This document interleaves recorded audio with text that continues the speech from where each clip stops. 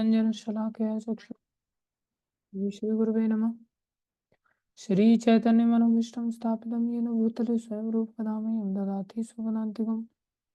वन्देऽहं श्रीगुरुं श्रीयुतापदकमलं श्रीगुरुं वैष्णवांश श्रीरूपं सागरजातं सहगना रघुनाथान्वितं तं सजीवं साद्वैतं सावधूतं परिजनसहितं कृष्णचैतन्यदेवं श्रीराधाकृष्णपदां सहितं ललिता श्रीविशाखान्वितांश्च हे कृष्ण करुणा सिंधु दीनबंधु जगतपते गोपेश गोपिका श्री राधा कांत नमस्तुते। तप्त कांचन गौरंगी राधे वृंदावनेश्वरी वृषभानुसुते देवी प्रणमामि हरिप्रिय। वाञ्छाकल्पतरुभ्यश्च कृपा सिन्धुभ्येव च पतितानां पावनेभ्यो वैष्णवेभ्यो नमो नमः। जय श्री कृष्ण चैतन्य प्रभु नित्यानंद श्री अद्वैत गदाधर शिवासादि गौर भक्तवृंद। हरे कृष्ण कृष्ण कृष्ण हरे हरे, हरे राम राम राम हरे हरे। हरे कृष्ण कृष्ण कृष्ण हरे हरे, हरे राम राम राम हरे हरे। हरे कृष्ण कृष्ण कृष्ण हरे हरे, हरे राम राम राम हरे हरे। गुरुवे गौरचंद्राय राधिकाय तदालये कृष्णाय कृष्ण भक्ताय तद्भक्ताय नमो नमः।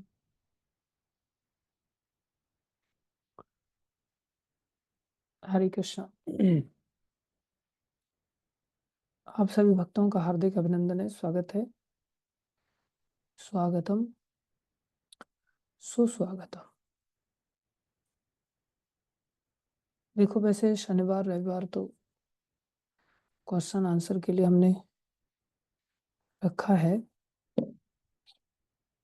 लेकिन आज हमें किसी ने फोन करके पूछा कि आप सुनने में आए उपदेशामृत पढ़ा रहे हैं। हमने कहा हाँ, कोशिश तो कर रहे हैं पढ़ने की भी और पढ़ाने की भी। तो दो भक्त चर्चा कर रहे थे हमारी इस क्लास को लेकर के। तो उन्होंने बताया कि वाचो बेगम हो गया क्या, आगे बढ़ गए क्या उससे। तो मैंने कहा वाचो बेगम से तो आगे बढ़ गए। बोले वो प्रभु जी तो खुद ही वाचो बेगम के शिकार हैं। अर्थात इतना बोलते उनका वाचो बेगम खुद ही संयम में नहीं है। इतना बोलने की आदत है उनको, तो वाचो बेगम से आगे कैसे बढ़ गए वो। तो बोले वाचो बेगम पे ही अटक जाएंगे, उनका आगे का ये क्लास आगे तक कभी खत्म ही नहीं हो पाएगा। वाचो बेगम पर ही रोज क्लास चलेगा। तो ऐसा हमें बदनामी का कभी फेस करना पड़ रहा है।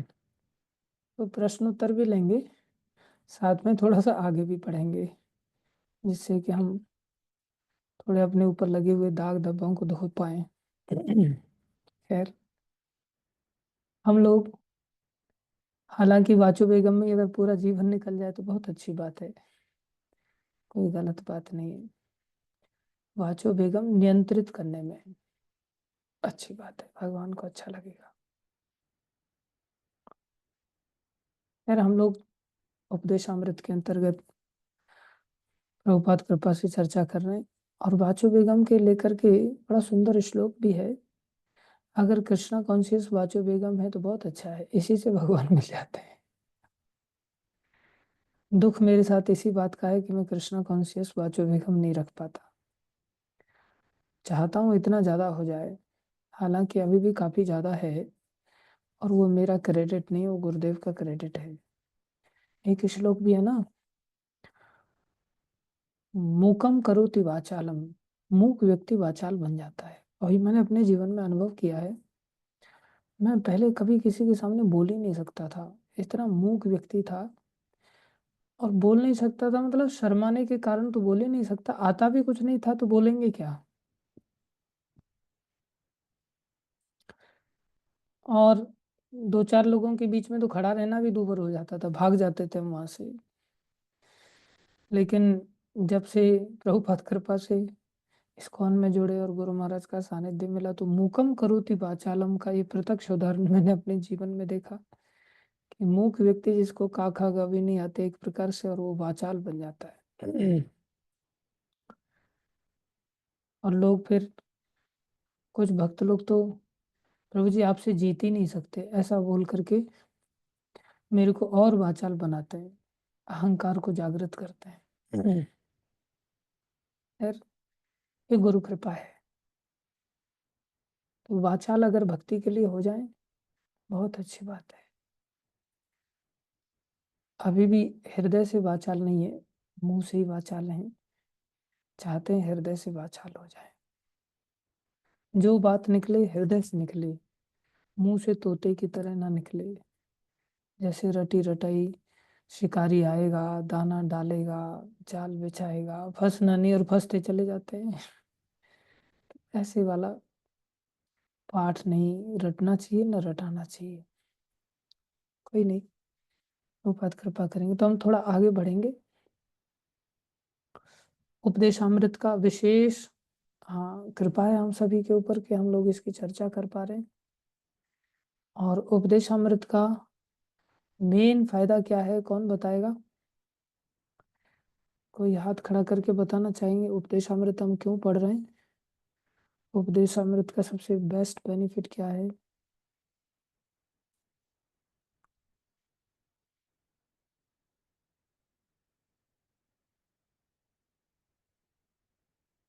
जिन्होंने हाथ खड़ा किया मेरे को दिख नहीं रहा है वो, तो मेरी स्क्रीन में थोड़ा और चीजें दिखा रहे हैं, मेरा माउस काम नहीं करता। मन हरे का कृष्ण राजा। प्रभु जी। हाँ बोलिए। हरे कृष्ण प्रभु जी, प्रणाम। प्रभु जी, हम उपदेशामृत पढ़ रहे हैं शुद्ध भक्त बनने के लिए। शुद्ध भक्त बनने के लिए अच्छी बात है, वेरी गुड। और कोई? हरे कृष्ण प्रभु जी, दंडवत प्रणाम। प्रणाम प्रभु जी। प्रभु जी, साध्य की प्राप्ति के लिए साधन की। हरे कृष्ण प्रभु जी। हाँ, साध्य की प्राप्ति के लिए अच्छी बात है। साध्य श्री कृष्ण है, साधन भक्ति है। हम भक्ति उपदेशामृत से सीख रहे हैं, वेरी गुड।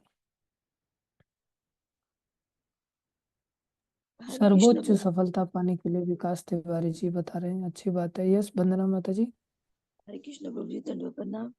प्रभु जी, हरे कृष्णा, प्रणाम। मन और इंद्रियों को काबू करने के लिए, जो कि बहुत मुश्किल है जिसको काबू करना, और फिर उसी से हम भगवान के मार्ग में आगे बढ़ेंगे। ओके, इंद्रियों को, मन को, इन सब इंद्रिय विषयों को नियंत्रित करने के लिए अच्छी बात है। और कोई? मैं और एक स्ट्राइकिंग आंसर चाहता हूँ जो अभी तक नहीं कोई दिया है। भारी भारी आंसर सभी ने दिए हैं। भक्ति के रूल्स एंड रेगुलेशंस को जानने के लिए अच्छी बात है। रूल्स प्रभु एंड जी, रेगुलेशंस को जानने से क्या होगा? यस माता जी हरे बताइए। कृष्णा प्रभु जी। हरे कृष्णा, हरे कृष्णा प्रभु जी। आ, बताइए। हमें जो शास्त्र है, हमारे सारे शास्त्रों का जो निचोड़ है, वो सारा उपदेश के माध्यम से हमें उसमें हमारे अध्ययन में आ रहा है कि जितने शास्त्र हैं, महा महा महा- महाप्रभु जी की जो भक्ति की जो अ, भक्ति की जो भक्ति की दिशा जो है, वो हमें इन उपदेशों के माध्यम से आगे बढ़ाने का है। Very good, very good. How to be an obedient disciple, Ashok Behera ji ने बताया, ठीक है। डेवलपिंग और डोरमेंट लव फॉर कृष्णा, ठीक है। हाँ, कार्यकलापों के मार्गदर्शन के लिए, वेरी गुड, काफी नजदीक में पहुंच रहे हैं। और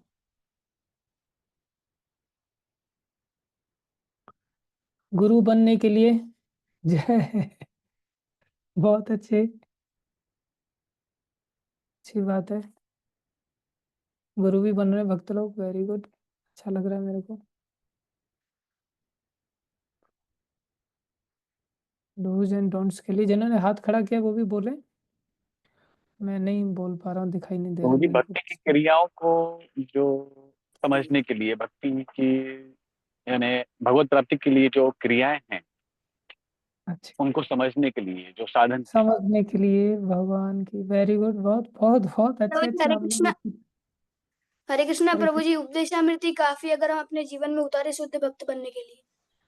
या शुद्ध भक्त बनने के लिए जाए, वेरी गुड। और थोड़ा सा नजदीक मेरे को, सब लोग तो भक्ति कर ही रहे थे ना उपदेशामृत से पहले भी।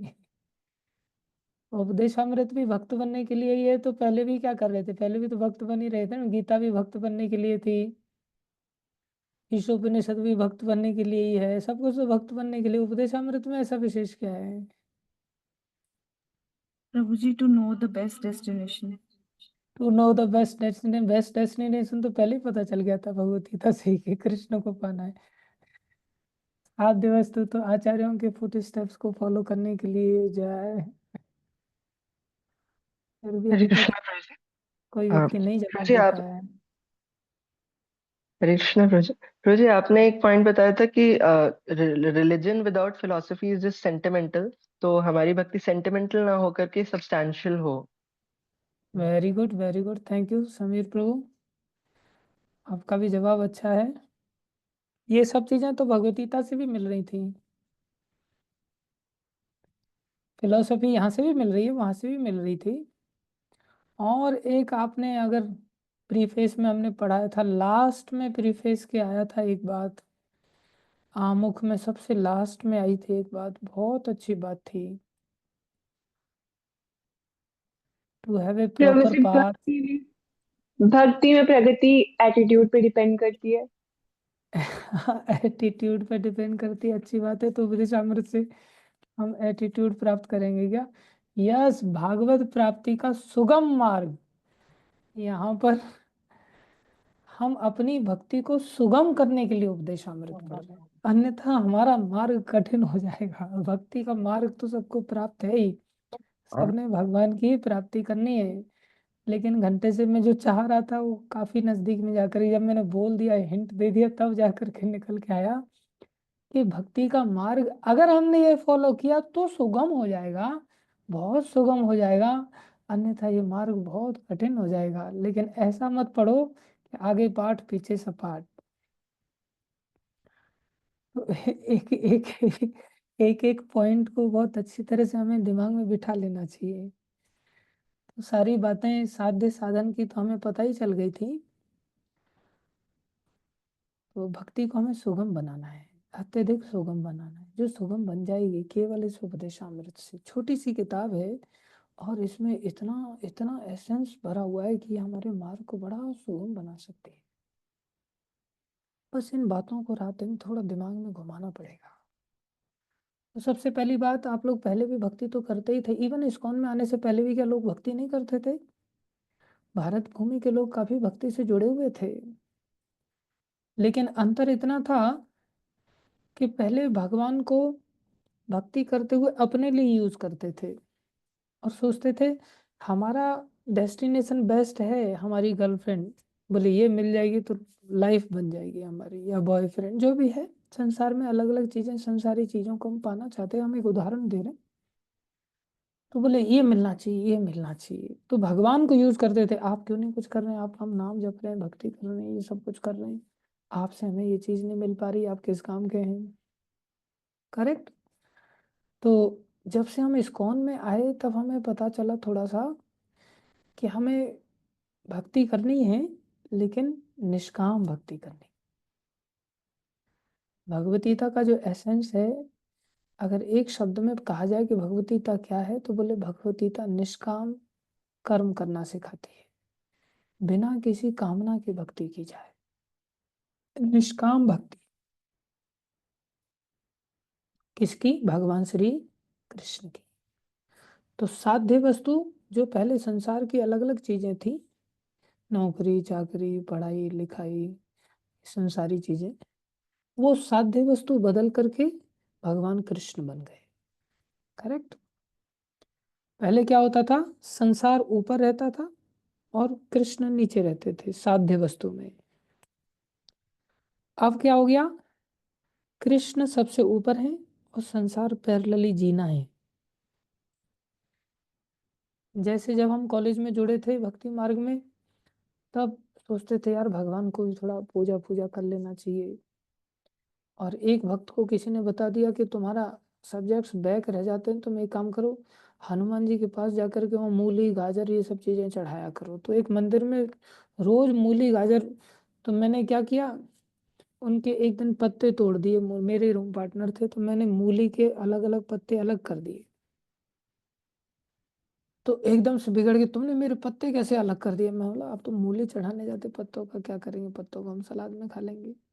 बोले नहीं नहीं, उसने पंडित ने बोला था पत्तों के साथ चढ़ाना, आप गड़बड़ हो गया। बोले आज का सब्जेक्ट मेरा बैक हो सकता है, अभी कहाँ से मूली अचानक से लेकर के, उन लोग क्या क्या धारणाएं लेकर के संसार में। मैं सोचा मेरे को क्या पता था कि आपका सब्जेक्ट पत्तों से ही पास हो जाएगा, मूली के पत्तों से ही पास हो जाएगा, इतनी पत्तों की महिमाएं मेरे को जानकारी नहीं थी आपको लेकर के, मेरे से भूल होगी। तो संसार में क्या होता है ना, हम संसारी चीजों को बहुत सर्वोपरि रखते हैं और भगवान को उन चीजों के लिए यूज करते हैं। हम भी इस प्रकार का दृष्टिकोण रखते थे, लेकिन जब भक्ति मार्ग में आए, प्रभुपाद जी के आंदोलन से जुड़े, इस्कॉन से जुड़े, तो हमारा प्रोसेस रिवर्सिबल हो गया। अब हमारा जीवन, बोले भक्ति करना है, लेकिन संसार के लिए अभी छोड़ नहीं पा रहे हैं, संसार के लिए इतनी ताकत नहीं आई कि संसार को छोड़ पाए, ये फील कर पाए कि हम अकेले आए थे, अकेले ही जाएंगे, माता पिता भाई बंधु सखा संसार में कोई कुछ नहीं है। लेकिन इतना भी वो स्तर आया नहीं ना, हम अपने आप में कमजोर हैं, लेकिन मेंटली थोड़ा सा दिमाग में बैठा है कि हाँ कृष्ण ही साध्य है। बेस्ट अचीवेबल जो आइटम है, बेस्ट अचीवेबल जो पर्सन है, वो कौन है? श्री कृष्ण है। और उनको कैसे पाया जा सकता है? उनको पाने का बेस्ट साधन है भक्ति। तो हमें भक्ति करनी, तो इस्कॉन में आकर के हम ये चीज सीख चुके हैं। अभी जो पाप कर्म आदि हो गए उनका क्या? बोले उस भक्ति को करने के लिए पाप कर्म बाधा दे देते हैं कई बार, तो वो भी कटने चाहिए, जरूरी है उनको भी काटना। इसलिए तो कहा कि अब उस भक्ति को सुगम कैसे किया जाए। मान लो अगर हमने भक्ति करनी है साध्य वस्तु श्री कृष्ण को पाने के लिए, तो भक्ति को सुगम कैसे किया जाए। सुगम करने के रास्ते पर जो हमारे पूर्व पाप कर्म हो चुके हैं, उनको काटने के लिए कुछ प्रोसेस है। बोले क्या प्रोसेस है? बोले भक्ति ही प्रोसेस है, कुछ नया प्रोसेस नहीं। कैसे भक्ति प्रोसेस है? बोले सुखदेव गोस्वामी ने बताया राजा परीक्षित को। पहला प्रोसेस बताया कर्मकांड के आधार पर प्रायश्चित कर लो, तो उन्होंने मना कर दिया, प्रायश्चित इतना काम का नहीं। दूसरा प्रोसेस बताया तपस्या कर लो, नियमित जीवन जियो, बोले वो भी इतना काम का नहीं, वो भी जड़ से खत्म नहीं कर पाता। उसमें भी अपने द्वारा कर्तृत्व, हमारा खुद के द्वारा क्रिया है वो, हम खुद के अहंकार से कार्य करते हैं, तो अहंकार रूपी गंदगी तो अंदर बढ़ती रहेगी, जो काफी खतरनाक है। तो वो भी तो भगवान की भक्ति में बाधा है, और सबसे बड़ी बाधा है वो तो। इसलिए कृपा का मार्ग बोले क्या है? भक्ति करो बस। भक्ति कैसी? पांचरात्रिक विधि वाली तपस्या। भक्ति में भी थोड़ी तपस्या है, तो हमें उस तपस्या को करना है। उस तपस्या में क्या आता है? तो बोले उस तपस्या में 4 चीजें आती हैं। कौन कौन सी चीजें? 4। भक्तों की संगति, भक्तों की संगति में रहते हुए विधि विधान जो शास्त्र हमें बता रहा है, उन विधि विधानों को पालन करना, रूल्स एंड रेगुलेशंस को। तीसरा, गुरु का आश्रय लेना। चौथा, हमें भगवान की सेवा करनी। ये 4 चीजें बताई थी। अब इन 4 चीजों में जो संसार की स्थिति है, अब देखो जो हम बता रहे थे आपको, इस्कॉन में आने से पहले हम संसार को लक्ष्य बनाते थे और कृष्ण को यूज करते थे, करेक्ट? अब हमें क्या सीखना है? कृष्ण को लक्ष्य बनाना है और संसार को यूज करना है कृष्ण के लिए। अगर हम ऐसा करेंगे तो ये बीमारी है हमारी, कृष्ण को यूज करना पर्सनली, मतलब खुद को कृष्ण से भी बड़ा बना दिया हमने, तो हमारी बीमारी, हर चीज हमारी बीमारी की तरह काम करेगी। और संसार की हर चीज को अगर अंडर कृष्ण लेकर के आ गए और कृष्ण के लिए हर चीज को यूज करने लग गए, तो यही बीमारी का औषधि बन जाएगी, यही बीमारी का समाधान हो जाएगा। तो बीमारी क्या है? वाचो वेगम मनसा क्रोध वेगम जीवा वेगम उदर उपस्थ वेगम, ये बीमारी है। इलाज क्या है? एतान वेगान यो विषहेत धीरा, जो इनको सहन कर ले, जो इनको संयम कर ले, बोले वही इन बीमारियों का इलाज बन गया। कितना अच्छी बात है। कुछ इलाज के लिए आपको बाहर से मेडिसिन लाने की जरूरत नहीं है। जैसे बोला ना, आपका खा खा करके ही सबसे बड़ी समस्याएं पैदा हुई हैं। तो बोले बीमारी पेट से शुरू होती है आयुर्वेद के अनुसार।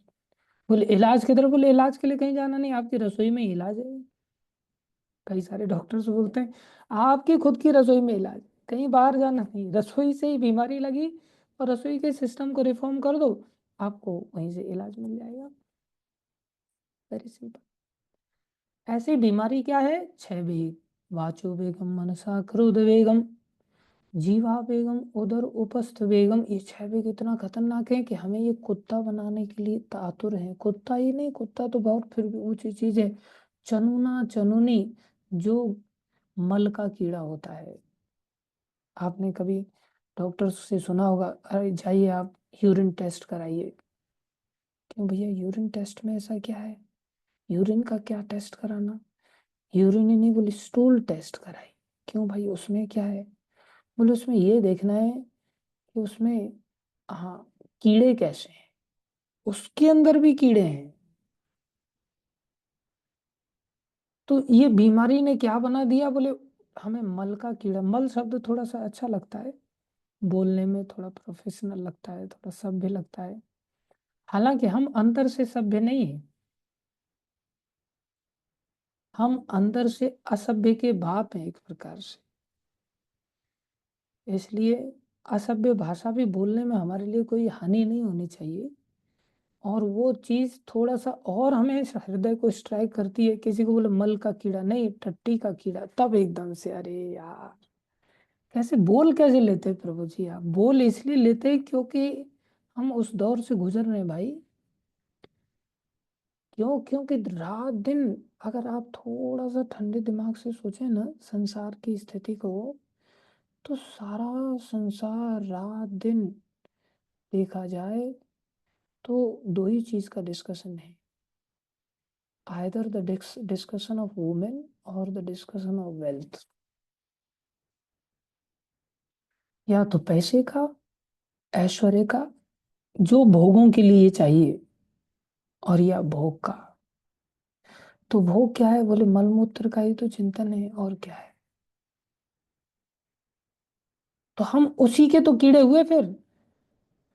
अब गोबर के कीड़े को गोबर से निकाल करके एक ओर में रख दिया जाए और एक साइड में फूलों का गुलदस्ता रख दिया जाए और पैरेलली उतना ही डिस्टेंस मेंटेन करके गोबर रख दिया जाए फिर से, या गंदी नाली रख दी जाए, तो कीड़ा किधर जाएगा? वो कौन बताएगा? कोई बता दिया करो, कीड़ा किधर जाएगा? वो फूलों के गुलदस्ते की ओर जाएगा या नाली की ओर जाएगा? हाँ, अंशिका माता ने हाथ खड़ा किया है। अरे हाथ खड़ा करने वाला प्रश्न नहीं है ये, प्रभु जी जल्दी नाली की तरफ जाएगा। नाली की तरफ जाएगा। ये कोई इतना सेंस लगाने वाला नहीं है कि दूसरा व्यक्ति क्या बोलेगा, मैं कहीं गलत तो नहीं बोल दूंगा, या मैं बिल्कुल कॉन्फिडेंस के साथ बोलूंगा। सिंपल सी बात है, नाली की ओर जाएगा वो। इवन उसको वहां से फूलों के गुलदस्ते में भी रख दिया जाए ना, तो भी वहां से निकल करके वो उधर ही जाए। इसलिए संसार में देखा जाए ना, तो हमारी स्थिति जो है ना वर्तमान में, जो हमारा चिंतन समाज का अगर देखा जाए ना, रात दिन केवल और केवल यही चिंतन है। तो हम क्या है? मलमूत्र के कीड़े ही तो हैं। इसलिए संसार में ये जो वेग है ना, ये जो बीमारी है ना, ये कहाँ ले जाएगी? बोले हमें आज भी उसने कीड़ा बना रखा है, बस शरीर अलग है। थोड़े समय बाद हमारा शरीर वही होने वाला है। हम चनूना बन जाएंगे, चनूनी बन जाएंगे। आपने देखा होगा सेप्टिक टैंक, कभी किसी ने खोला हो? हम तो आए दिन आश्रमों के सेप्टिक टैंक खोलते रहते हैं और वहां देखते रहते हैं कि, क्योंकि भक्तों के कई बार बाथरूम आदि ब्लॉक हो जाते हैं, भक्त लोग खुद तो नहीं खोल पाते, बोले प्रभु जी बाथरूम ब्लॉक हो गया है। तो हमें देखना पड़ता है भाई सेप्टिक टैंक भर तो नहीं गया है। देखते हैं तो वहां देखते हैं कितना आनंद ले रहे होते हैं लोग, वहां पर कितने जीव चनुना चनुनी कितना आनंद रमण कर रहे होते हैं, हजारों की संख्या में रहते हैं। तो वो कीड़े कहाँ से बने? बोले हम ऐसा चिंतन करने के कारण हम ही कीड़े बने। जिसने ये बीमारी ठीक नहीं की ना उसको कीड़ा बनना ही पड़ेगा और उससे नीचे जाना पड़ेगा, उससे भी नीचे जाना। ऐसे ऐसे बैक्टीरिया होते हैं जो दिखाई भी नहीं देते। क्या नहीं करना। समाधान क्या है? एतान वेगान यु विषहेत धीरा। बस इनको थोड़े दिन सह लें। कलयुग के जीव हैं हम, ज्यादा उम्र तो हमारे अंदर वैसे भी नहीं है। थोड़े दिन सह लें तो सहने मात्र से हम धीर बन जाएंगे और धीर बनते ही हम भक्ति में आगे बढ़ जाएंगे। तो सहें कैसे? बोले वही चीज को इलाज बना लो। वाचो बेगम हम चर्चा कर चुके हैं। क्या बोले? कृष्ण चर्चा करें, संसार की चर्चा को छोड़ कृष्ण को बोले। कृष्ण के नाम रूप गुण लीला धाम जन की रात दिन चले। ये हमारा बोलने का भी बड़ी आसानी से नियंत्रित हो जाए। सत्य बोलना सीखें। सत्य भगवान का नाम ही है, राम नाम सत्य है। इसको हम ऑलरेडी चर्चा कर चुके हैं और इससे हम खुद भी अपने आप को प्योरीफाई कर सकते हैं, दूसरों को प्योरीफाई कर सकते हैं। मन का हम चर्चा कर चुके हैं। मन को एक तो रैंडम थॉट्स के लिए छोड़ दिया जाए कि भाई तेरे को जो सोचना है सोच, तेरे को खुली छूट है। और आज हमारी वही स्थिति है, एकदम ऊट पटांग, कभी कुछ कभी कुछ कभी कुछ कभी कुछ। एक बार बीरबल लेट हो गए दरबार में पहुंचने के लिए, तो अकबर, अरे बीरबल लेट हो गए आप। बोले जहाँ अपना थोड़ा बच्चा रो रहा था तो उसको संभालते संभालते समय लग गया। अरे बच्चे के क्या कारण दे रहे हो? बच्चे का कारण क्या है? अरे बच्चा जिस कारण से रो रहा था उसको वो चीज दे देते, वो चुप हो जाता, आप जल्दी से आ जाते। आप कोई साधारण नागरिक थोड़ी, मंत्री हो, तुम्हारे पास किस चीज की कमी है? बोले कमी तो नहीं, लेकिन फिर भी बच्चों को शांत करना इतना आसान नहीं। अरे मैं नहीं मानता इस बात को। जहाँ अपना एक काम कीजिए, मैं आपका बच्चा बन जाता हूँ, अब मैं रोना चालू कर देता हूँ, आप मेरे को शांत करके दिखाइए। बोले ठीक है। तो रोने लग गए। बोले बोलो वाला क्या चाहिए? बोले मेरे को गन्ना चाहिए। जाओ सैनिकों, फटाक से गन्ने से खेत से ला करके गन्ना ला दिया मैंने। तो बोले ऐसा साबुत नहीं चाहिए। फिर रो रहा, अब क्यों रो रहा? बोले इसको टुकड़े करके दो मेरे को। ऐसे कैसे खाऊंगा? तो फिर उसके टुकड़े कर दिए गए, छील करके। सैनिकों ने तुरंत तत्परता से आदेश का पालन किया। फिर बच्चा रोने लगे, अब क्यों रो रहा? बोले इसको साबुत कर दो, फिर से जोड़ दो इसको। अब जोड़े कैसे? तो जैसे तैसे करके फिर दूसरा गन्ना बुला लिया गया, ले ये जुड़ा हुआ है। फिर रोने लगे, अब क्यों रो रहा है? बोले मेरे को ऊंट चाहिए। तो ऊंट लाया गया।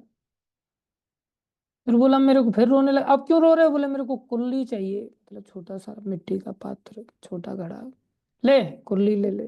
कुल्लड़ की बहन कुल्ली, ले कुल्ली ले ले। फिर रोने लगे, अब क्यों रो रहा है? बोले इस ऊंट को कुल्ली में घुसा दो। अब ऊंट को कुल्ली में कैसे घुसाएं?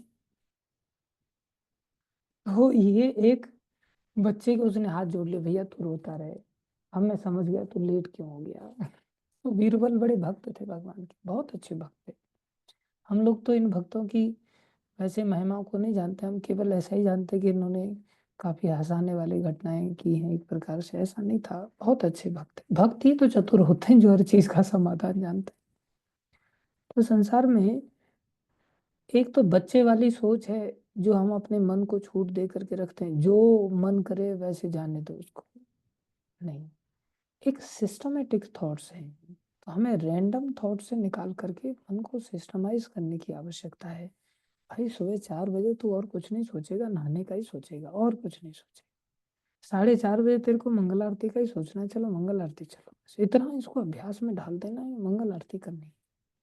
इतने बजे तेरे को जप करना है, इतने बजे तेरे को पुस्तक पढ़नी है, इतने बजे तेरे को बुक डिस्ट्रीब्यूशन करना है, इतने बजे तेरे को डेटी वर्शिप करना है, इतने बजे तेरे को श्रृंगार करना है। इस प्रकार से जीवन को बहुत सिस्टमाइज करने का प्रयास करना। मन को फिर खुली छूट देंगे ही नहीं हम। इससे क्या हो जाएगा? मन नियंत्रित हो जाएगा। जैसी जैसी मन की पसंद है उससे रिलेटेड ही भगवान की सेवाएं दे दी जाए। मनसा वेगम। तीसरा क्रोध वेगम। क्रोध वेगम की हम चर्चा कर चुके थे। संसार में अन्य वेग भी हैं, काम क्रोध लोभ मोह मद मत्सर ईर्ष्या दंभ कपट, ये सब भी दोष हैं, लेकिन अन्य दोष तो किसी को दिखाई ही नहीं देते। क्रोध तो फिर भी दोष के रूप में लोग देख पाते हैं, लेकिन फिर भी नियंत्रित नहीं कर पाते। इसलिए क्रोध को भगवान की सेवा में लगा करके नियंत्रित किया जा सकता है, लेकिन भगवान की सेवा में भी क्रोध का रूप अलग होना चाहिए। क्रोध का रूप जैसा हम सोचते हैं उस रूप से क्रोध को नहीं करना चाहिए। क्रोध को भी भक्ति बढ़ाने में उपयोग में लाने की चेष्टा करनी चाहिए। हालांकि कुछ उदाहरण दिए हैं हनुमान जी के, चैतन्य महाप्रभु ने स्वयं का, और भी हाँ, अर्जुन का उदाहरण सुंदर दिया था, जिसमें भगवान ने कहा करिष्ये वचनम, तब जाओ युद्ध करो। फिर क्रोध के साथ युद्ध, बिना क्रोध के कैसे युद्ध करोगे? तो कई बार क्रोध भी चाहिए होता है लड़ाई लड़ने के लिए, लेकिन उससे भी अच्छा है कि हम अपने चित्त को संयमित कर लें। जैसे रसिक मुरारी जी थे, तो मुगल बादशाह का शासन चल रहा था, तो उस दुष्ट ने क्या किया, आश्रम की जमीन हड़प ली। तो गुरुजनों के कई सारे शिष्य होते हैं, तो उनके जो गुरुजी थे उनके भी कई शिष्य थे, लेकिन रसिक मुरारी जी भी उनमें से एक शिष्य थे। तो रसिक मुरारी जी का बड़ा प्रभाव था, बहुत सारे उनके अनुयायी थे। तो उन्होंने रसिक मुरारी जी को पत्र भेजा और उसमें लिखा कि जैसे हो वैसे ही चले आओ। तो एकदम से वो पत्र पा करके चल पड़े आश्रम में पहुंचे, गुरुदेव को प्रणाम किया, बड़े गुरुनिष्ठ थे। गुरुदेव को प्रणाम किया तो गुरुजी ने देखा, अरे तुम्हारे मुंह पर थोड़ी दाल चावल वगैरह लगे हुए, और तुम्हारा हाथ भी ऐसा है कि सना हुआ है दाल में। बोले ऐसा क्यों? बोले गुरुदेव आपके पत्र में लिखा था जैसे हो वैसे ही चले आओ, तो मैं प्रसाद ले रहा था, तो फिर मैंने हाथ वगैरह कैसे धोता, कुल्ला वगैरह कैसे करता, तो मैं सीधा चला आया। ये अत्यधिक निष्ठा की बात है। हम लोगों को ऐसा मैसेज मिल जाए तो हम ऐसे ही नहीं चल देना चाहिए, हमें कुल्ला और हाथ धो करके चलना चाहिए, क्योंकि अगर हम झूठे मुंह चले जाएंगे तो हमें रास्ते में भूत पकड़ लेंगे। बोले रसिक मुरारी जी को भूत क्यों नहीं पकड़े? उनकी भक्ति में ऐसी निष्ठा थी, इसलिए उन्होंने भूत नहीं पकड़े। हमें क्यों भूत पकड़ लेंगे? फिर हम भी तो ऐसे निष्ठा में जा सकते। बोले हम निष्ठा में नहीं जाएंगे, हम अहंकार में जाएंगे कि मैंने वो कथा सुनी थी और उस कथा में एकदम से ऐसे ही चल पड़े थे, तो मेरे को भी ऐसे ही चल पड़ना है। ऐसे ही चल पड़ना है मतलब उस स्तर की भक्ति तो हो, केवल एक स्टेटमेंट को लेकर के ऐसे ही नहीं चल पड़ना होता। उसके लिए थोड़ा अपना दिमाग लगा करके भी हाथ मुंह धो करके जाना चाहिए, तिलक फिलक लगा के जाना चाहिए। ऐसे ही नहीं चल सकते हम। हाँ, उस स्तर पर आ जाएं तो फिर हम ऐसे चल सकते हैं, फिर उसमें कोई दिक्कत नहीं। तो रसिक मुरारी जी समाचार में लाओ पहुंच गए। बोले गुरुदेव प्रणाम। तो बोले जाओ जाओ कोई नहीं, हाथ धोकर कुल्ला करके आ जाओ। फिर बात हुई कि ऐसे ऐसे बादशाह ने हमारी संपत्ति को हड़प लिया है, आप जा करके उसके साथ कुछ बातचीत करो, उसको समझाओ और एक्शन लो, उसको जमीन को निकालो। तो इतना वर्चस्व था इनका कि पालकी पर चलते थे। काफी वर्षों पुरानी बात है। उस समय में जैसे आजकल मर्सिडीज वगैरह कार होती है, उस समय पालकी में चला करते थे। तो पालकी ढोने वाले इनको लेकर के जा रहे थे। इनके बहुत सारे अनुयायी थे और इन्होंने अपने अनुयायियों की एक नहीं सुनी। अनुयायी लोग बोले अरे महाराज क्यों अपने प्राणों को संकट में डाल रहे हैं? और बड़े अच्छे फॉलोअर थे इनके, लेकिन जो इनको शिक्षा गुरु मानते थे, लेकिन सब साइड में हो गए।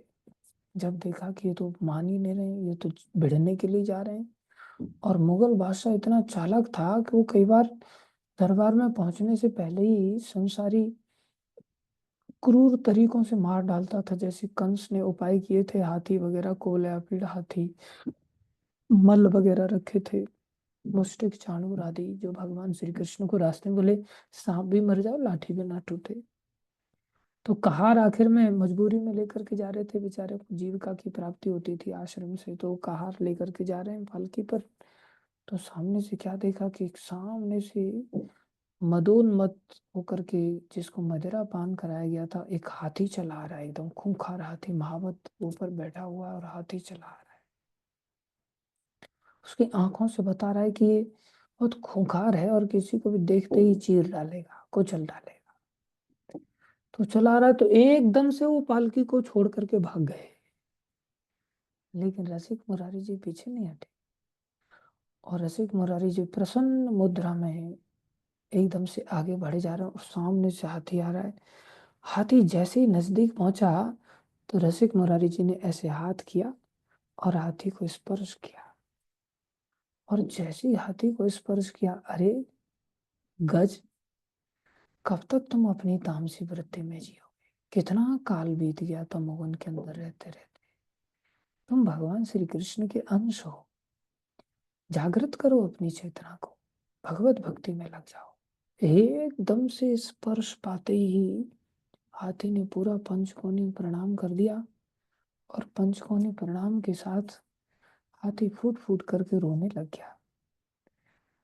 हाथी रो रहा है अपने आप में पश्चाताप करते हुए कि मेरे कितने जन्म निकल गए, कभी मेरे को ऐसा सौभाग्य नहीं मिला कि मैं कृष्ण को कभी जान पाऊं, लेकिन आज इन वैष्णव की दया से मुझे ऐसा सौभाग्य मिला कि मुझे कृष्ण की स्मृति हो आई।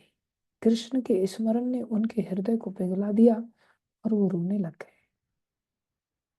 अब तो हाथी ने ना केवल प्रणाम किया और मुगल बादशाह मदांध हाथी जो मदिरा का पान किया हुआ था, जिसको मारने के लिए भेजा गया था, अब वो हाथी रो रहा है प्रणाम के साथ। ना केवल प्रणाम किया, हाथी ने सूंड आगे करके और उनको उठा करके अपने मस्तक पे बिठा लिया। और बादशाह ये सारा कुछ दृश्य देख रहा था कि हे भगवान, ऐसा मदांध हाथी, इनका स्पर्श पाकर के इतना हृदय परिवर्तित हो सकता है। तो अब ये हाथी से कहीं मेरे को न कुचलवा दे, हाथी क्या नहीं करेगा इनके आदेश पर। हालांकि डर तो नहीं था उसको इतना, लेकिन उसका हृदय बदल गया देखते ही इस लीला को। दौड़ा चला, इतना घोर नास्तिक जो वार्तालाप भी करने के लिए तैयार नहीं था। बताओ वो क्या सम्मान करेगा जिसने आश्रम की जमीन ही हड़प ली। लेकिन रसिक मुरारी जी की कितनी तीव्र भक्ति, उन्होंने तुरंत कई गांव लिख करके उस राजा ने दे दिए। वो राजा भी भक्त बन गया और राजा ने कहा महाराज अब इस हाथी को आप ही ले जाओ, और उस हाथी को उन्होंने दीक्षा दे दी। आज से तुम्हारा नाम हे गज, तुम गोपाल के दास हो। कहाँ तुम संसार में इस राजा की दास्ता में लगे, आज से तुम्हारा नाम गज गोपाल दास होगा। हाथी प्रसन्न हो गया। हाथी नृत्य मुद्रा में उनके आश्रम में रहने के लिए चला गया। वास्तव में जब हमें दीक्षा मिल जाए ना, तो हमें आश्रम में चले जाना चाहिए रहने के लिए। हमारे अंदर ऐसा जागृति आना चाहिए, ऐसा समर्पण होना चाहिए। दीक्षा काले शिष्य करे आत्मसमर्पण, सेई काले कृष्ण करे तारे आत्मसम। दीक्षा के समय में शिष्य को आत्मसमर्पण करना सीखना चाहिए, उसी से भगवान उसे अपने जैसा शुद्ध बना लेते हैं। अब हमारा आत्मसमर्पण 10% होगा तो हमारी प्योरिफिकेशन भी 10% होगी। हम नहीं कह सकते 100% हमारी प्योरिफिकेशन हो जाए। इतना शुद्ध हृदय, इतना हृदय का परिवर्तन आया, एकदम से आत्मा के स्तर पर हाथी देखने लग गया और बड़ी प्रसन्नता से हाथी चला गया। अब तो हाथी के अंदर ऐसा वैष्णव भाव जागा कि वो दुकानों से जबरदस्ती आटे के बोरे फोरे उठा उठा करके छीन छीन करके आश्रम में ले जा करके पहुंचा देता। चीनी के बोरे ले जा करके डाल देता सीधा। दो चार वहां खरीदने वाला तो सिस्टम था नहीं हाथी के लिए। ऐसी वैष्णव सेवा ददाति प्रतिगृह्णाति गुह्यम आख्याति पृच्छति भुंगते भोजयते चैव षड विधिम प्रीति। हाथी प्रीति के लक्षणों को दर्शा रहा है देखो। जबकि उस राजा पर कितना क्रोध करना चाहिए था, लेकिन रसिक मुरारी जी के गुरुदेव जानते थे कि अनेक शिष्यों में से ऐसी सामर्थ्य मेरे इस शिष्य के अंदर है, इसका आत्मसमर्पण इतना तीव्र है कि मरने की परवाह नहीं करता गुरु आज्ञा पालन करने के लिए। तो हमें फिर ऐसा क्रोध करने की जरूरत ही नहीं पड़ेगी कभी जीवन में। सब चीजें अपने आप हो जाती हैं। इसलिए जीवन को हमें भगवान की सेवा में लगाना चाहिए, क्रोध को भी भगवान की सेवा लगाना चाहिए। क्रोध को नियंत्रित करके भक्ति को जागृत करने की ऐसी चेष्टा करें कि हमें क्रोध करने की आवश्यकता ही न पड़े और बिना क्रोध के हमारा काम हो जाए। खैर, ये संक्षेप में एक छोटी सी घटना थी जो आपको सुनाया। आगे थोड़ा सा आज एक वेग की थोड़ी चर्चा करते हैं, फिर थोड़े से 5-10 मिनट प्रश्न उत्तर भी करेंगे। बोले आगे जीवा बेगम, ये बहुत खतरनाक है। सारा संसार जीवा के अंतर्गत नाच रहा है। हमने पहले भी चर्चा किया, यहाँ जीव अलग प्रकार से नचा रही है संसार को। पहले नचा रही थी बोलने के कारण, और इस वेग में नचाती है स्वाद के कारण। तो सारा संसार देखा जाए ना, तो केवल इस जीव के द्वारा नियंत्रित है। तो जहां तक जीव के वेग का प्रश्न है, हम सभी अनुभव करते हैं कि जीव सदा स्वादिष्ट व्यंजन चखना चाहती है। जीव टेस्टी आइटम्स चाहती है बहुत। सामान्यतः हमें जीव को उसका इच्छित भोजन नहीं करने देना चाहिए। प्रभुपा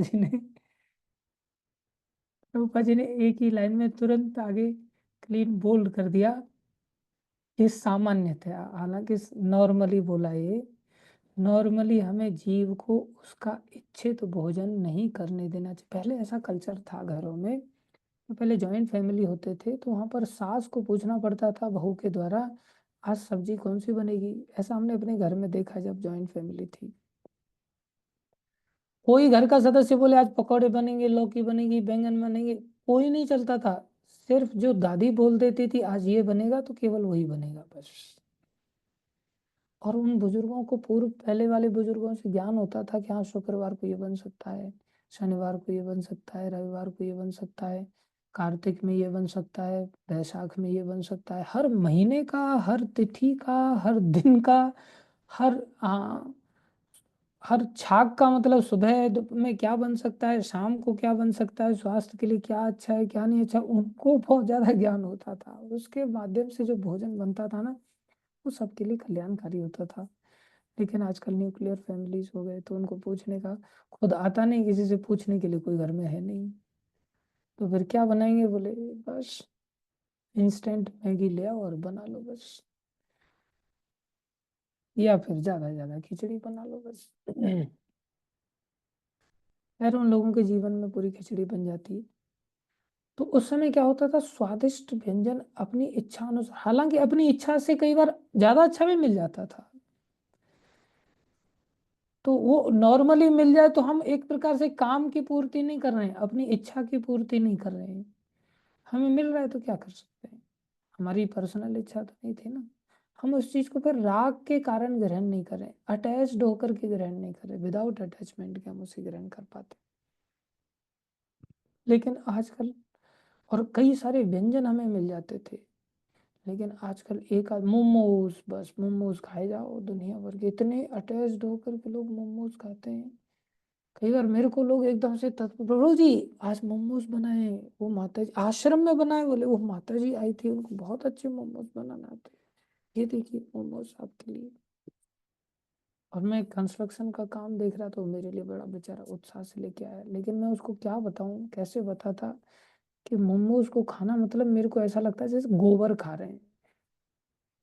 अब कोई बुरा मत मानना, आप लोगों की अपनी चॉइस होती होगी, लेकिन मेरी चॉइस बिल्कुल नहीं है। मेरे को तो ऐसा लगता है कि जैसे गोबर खा रहे हैं, अंदर एकदम से खोलो तो क्या, क्या बताऊं मैं, एकदम से खोलो तो ऐसा लगता है पूरा गोबर भरा हुआ है अंदर। अब अच्छा भी होता होगा, भगवान सबका भला करें जो खाने वाले लोग हैं, लेकिन मेरा तो भला नहीं, मैं उसको प्रणाम, अच्छी बात है, मैं थोड़ा व्यस्त हूँ, ले जा। मैं कैसे कहूँ कि भाई मेरे को गोबर नहीं खाना है, तो ले जा इसको। आजकल के नया कल्चर है, बाकी वैदिक कल्चर में तो ये सब आइटम नहीं होते, लेकिन इच्छित वस्तु के प्रति आदमी पागल हो जाता है। तो संसार में प्रभुपा जी ऐसा कह रहे हैं, मेरे ऊपर मत कोई मारना ऐसा, सामान्यतः हमें जीव को उसका इच्छित भोजन नहीं करने देना चाहिए, लेकिन प्रसाद प्रदान करके उसे वश में करना चाहिए। अब ऐसा भी नहीं कि उसको कुछ खिलाने के लिए देना ही नहीं चाहिए जीव को। जीव बनी है स्वाद लेने के लिए, तो क्या स्वाद ले, बोले प्रसाद खिलाओ बस इसको। बड़ा सहज उपाय है इस जीव को नियंत्रित करने का, वो है प्रसाद। सिंपल, केवल प्रसाद खिलाओ। और अगर हम केवल प्रसाद पर आ गए ना, केवल प्रसाद पर, किसी भी हालत में बाहर का, अब प्रसाद कैसे बनेगा प्रश्न ये भी उठता है। प्रसाद के लिए बनाने वाला भी भक्त होना चाहिए, परोसने वाला भी भक्त होना चाहिए, और भोग लगाने वाला भी भक्त होना चाहिए। 3 फेज से जब वो भोजन गुजरता है भक्तों के माध्यम से, तब जाकर के भगवान उसे प्रसाद बनाते हैं। किसी ने कुकिंग किया वो भी भक्त हो, किसी ने भोग लगाया वो भी भक्त हो, और भोग लगा करके निकाल करके किसी ने हमें सर्व कर रहा है वो भी भक्त हो, तब जाकर के कहीं प्रसाद बनता है। और आइडियली पूछा जाए ना, तो जो खाने वाला है ना वो भी भक्त होना चाहिए, तभी प्रसाद बनता है। अगर खाने वाला भी ऊपर के 3 प्रोसेस से होकर के भी अगर सौभाग्य से मिल जाए और खाने वाला खुद भक्त नहीं है, तो वो प्रसाद प्रसाद होते हुए भी प्रसाद की तरह काम नहीं करता। ऐसा भी नहीं कि बिल्कुल ही काम नहीं करता, करता है, लेकिन उतना ही काम करता है जितना % सामने वाला पाने वाला भक्त है। अगर अच्छा भक्त है तो उसके ऊपर बहुत ज्यादा स्पीड में काम करेगा, नहीं है उतना अच्छा भक्त तो उतना स्पीड में काम नहीं करेगा। इसलिए पहली चीज तो हम केवल मोटे मोटे तौर पर भी अगर समझे ना कि केवल हमें प्रसाद पाना है, तो भी हमारी कितनी वेराइटीज मार्केट की खत्म हो जाएंगी। कितने आइटम जिनको लेकर के हम सुबह से शाम तक रात दिन सपने ही देखते रहते, कितने आइटम हमारी लिस्ट में से खत्म हो जाएंगे। क्योंकि ये बहुत दुर्लभ होता है भगवान को भोग लगाने तक स्थिति पहुंच जाए। चलो बनाना नहीं हो पा रहा है और परोसना नहीं हो पा रहा है, तो कम से कम भोग तो लगना चाहिए। और भोग भी नहीं लगना हो रहा है, वो कह रहा है तू लगा दे भोग, वो कह रहा है तू लगा दे भोग, उसमें भी कम से कम किसी के अंदर भावना तो है नहीं भोग की लत, चलो जबरदस्ती किसी ने भोग लगा दिया, जबरदस्ती बेमन से भी भोग लगा दिया। और वो भोग वाला भी अगर हम स्ट्रिक्ट हो जाएं कि केवल ऐसे ही जबरदस्ती चाहे सही भोग लगा हुआ ही खाऊंगा मैं, और उसको प्रसाद समझ करके खाऊंगा, वो भी दिल्ली बहुत दूर हो जाती है। अगर कोई सोच ले, पक्का नियम बना ले ऐसा, तो उसका भी बहुत जीव नियंत्रित में आ सकता है बड़ी आसानी से। ये बात हम सभी ध्यान रखें कि हमें केवल प्रसाद के लिए अपने आप में संकल्प लेना है। मुझे जो भी खाना है केवल भोग लगा हुआ ही खाना है बस। ये नहीं कि मंदिर में प्रसाद मिल जाता है बाकी जहाँ भी जाते हैं वहाँ जो खाने को मिलता है खा लेते हैं, ऐसा नहीं चलना चाहिए। तो इससे जीवन नियंत्रण। खैर इसके ऊपर बहुत कुछ अभी बोलना है, वो परसों के दिन हम बोलेंगे। हमने जस्ट इस विषय को थोड़ा सा छेड़ना था कि जीवा कितनी खतरनाक है, जिसने हमें वश में कर लिया, इतना वश में कर लिया है कि हमसे आत्महत्या करवा रही है। आत्महत्या। आज लोग जो चिप्स कुरकुरे आदि फालतू की गंदगी खा रहे हैं ना, उससे आदमी सीधा मृत्यु के मुंह में बहुत तेजी से जा रहा है। इतनी बीमारियों का घर शरीर बनता जा रहा है लोगों का कि लोगों को एहसास ही नहीं। छोटे छोटे बच्चों की किडनीज फेल हो रही, छोटी छोटी अवस्था में। कारण जीवा नियंत्रण में नहीं है और कोई करना भी नहीं चाहता। मरने के लिए तैयार हैं लेकिन जीवा को नियंत्रित करने के लिए तैयार नहीं। इसलिए जीवा बहुत खतरनाक है। हमें मरने की, और सबसे बड़ी बात आज का जो दौर है ना उसमें इतना भयानक टग ऑफ वार है कि जीवा नियंत्रण में नहीं है और खूब खाना मांगती है, खूब खाना मांगती है। दूसरी ओर समाज में जिनका पेट निकल आता है उनकी इज्जत नहीं है। तो न खाएं तो भी मर रहे हैं और खाएं तो बेइज्जती से मर रहे हैं। हर व्यक्ति जिसका मोटा पेट हो, शरीर थोड़ा मोटा हो जाए तो उसको ऐसे सोचते हैं ये अछूत व्यक्ति है, उसको तो बेचारे को दृष्टि से ही मार डालते हैं। और कुछ लोग तो बेशर्मी के साथ उसको बोल बोल के मार डालते हैं, जाड़िया मोटिया, क्या क्या नहीं बोलते उस बेचारे को। तेरा तो कुछ हो ही नहीं सकता, तेरा फाउंडेशन इतना कमजोर है, बिल्डिंग इतनी मजबूत है ऊपर, बेचारा देखने लग जाता है, हाँ मेरे पैर तो बहुत कमजोर हैं और मेरी बिल्डिंग इतना कैसे लोड ले रही है ये शरीर मेरा। और बेचारे को, और उसको तीर की तरह चुभता है, उसको गाली भी नहीं इतनी चुभती जितना उसको फिर वो बेचारा सफाई देता है, अरे भैया मेरा चर्बी नहीं है, मेरी हड्डी मोटी है। देखो क्या लगता है मेरी चर्बी मोटी है, मेरा पेट पेट कुछ मेरे शरीर के अंदर हड्डी मोटी है लोग कैसे कैसे एडजस्ट करते हैं। तो ये ऐसा गेम है ना जीवन का कि जिसे आप जीत भी नहीं सकते और इस गेम से बाहर भी नहीं जा सकते। जैसे रेसलिंग का गेम है, जो आदमी बहुत हट्टा कट्टा है और दूसरा व्यक्ति जो रिंग में आ गया वो बेचारा एकदम दुबला पतला है।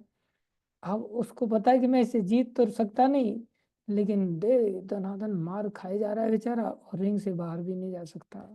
वो मार ही खानी है, उसको धराशायी होना है, मरने के कगार पर जाना है। वो समाज की वर्तमान स्थिति है। एक तो खाना नियंत्रण में नहीं तो फूलते जाते हैं एकदम से, पूरा एकदम हाइब्रिड टमाटर बन जाते हैं या पूरा गंगा फल बन जाते हैं कुछ लोग तो। और दूसरी ओर वैसे जीना मुश्किल हो जाता है, सब उसे टोंट मारते रहते हैं। तो भक्ति मार्ग इतना उत्तम है कि हमें इसका एकदम बेस्ट समाधान देता है कि भाई तुम दोनों ओर से इस समाधान को प्राप्त हो जाओगे। क्या है? प्रसाद खाओ, बस केवल प्रसाद खाओ। अब प्रसाद का भी बहुत रहस्य है, उनकी चर्चा मंडे को करेंगे।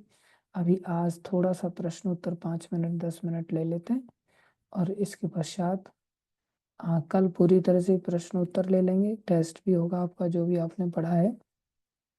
कोई भी किसी का क्वेश्चन है तो हम ले सकते हैं प्लीज। जिनका क्वेश्चन है अपने को अनम्यूट कर लो मेरे को।